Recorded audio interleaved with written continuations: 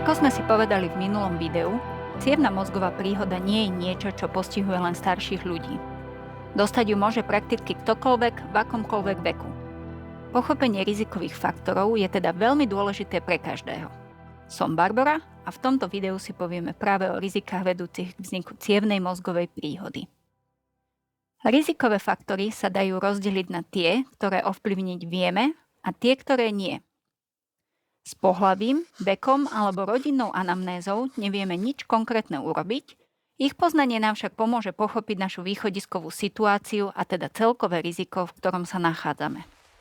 Riziko cievnej mozgovej príhody sa zvyšuje s pribúdajúcim vekom. Kombináciou faktorov si však porážku môže privodiť aj mladý človek. Hoci vek je najvýznamnejším rizikovým faktorom najmä u žien, muži prevažne kvôli svojmu životnému štýlu sú v celkovo väčšom riziku. Významnú úlohu pri vzniku porážky zohráva aj genetika a rodinné prostredie. Ukázalo sa, že ak niekto vo vašej rodine mozgovú príhodu prekonal, vyššie riziko môžete mať aj vy. Veci ako vek a pohlavie ovplyvniť nevieme. Poďme si ale radšej povedať o tých rizikových faktoroch, ktoré ovplyvniť môžeme. Tieto riziká súvisia prevažne so životným štýlom a vedú k rôznym civilizačným ochoreniam. No a práve cievna mozgová príhoda býva ich častým dôsledkom. Pre ilustráciu si predstavme pána Rudolfa.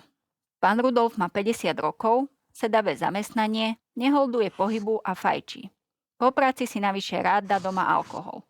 Jeho jedálny lístok tvoria masné a slané jedlá, no nepohrdne ani koláčmi. Keďže Rudolf takto žije už nejaký ten čas, ani si nevšimol, že postupne priberá, zvyšuje sa mu krvný tlak, má cukrovku, na ktorú užíva lieky, no na dietu aj tak príliš nedbá.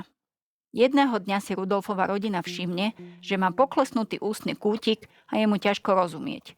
Ak ste videli naše predchádzajúce video, je vám jasné, že Rudolf dostal cievnu mozgovú príhodu. Viete ale, kde Rudolf urobil chybu? Pravdu povediac je ťažké určiť len jednu vec.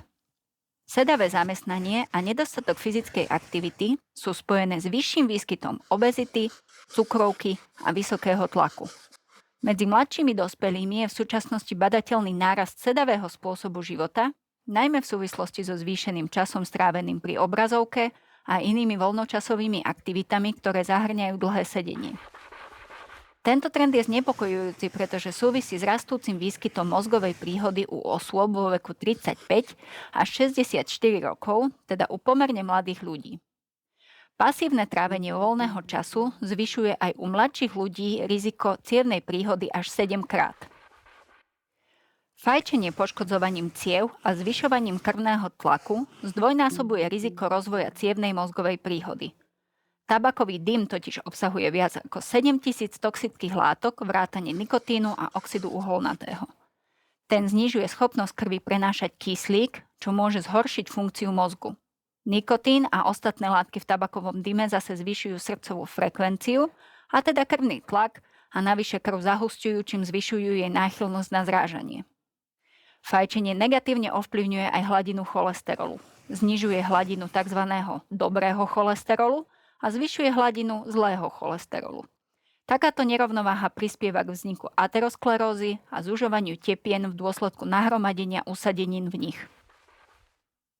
Pravidelná konzumácia alkoholu tiež hrá svoju rolu. Alkohol zvyšuje krvný tlak, môže vyvolať poruchu srdcového rytmu, negatívne ovplyvňuje citlivosť na inzulín a prispieva k zvýšeniu telesnej hmotnosti. Chronické pitie navyše poškodzuje funkciu pečene a ovplyvňuje tvorbu faktorov zrážania krvi, čím zvyšuje pravdepodobnosť hemoragickej mŕtvice.